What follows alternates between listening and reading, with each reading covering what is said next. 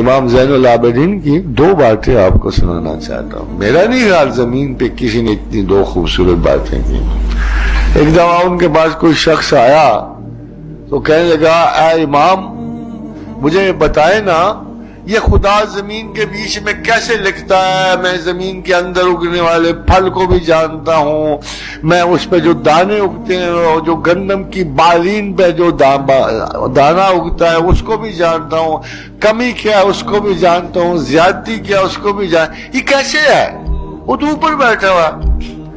تو امام نے اسے ایک جملے میں جواب دیا.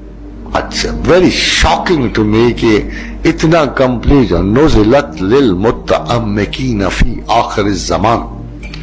جواب دیا کہ نزلت للمتعمقین فی آخر الزمان.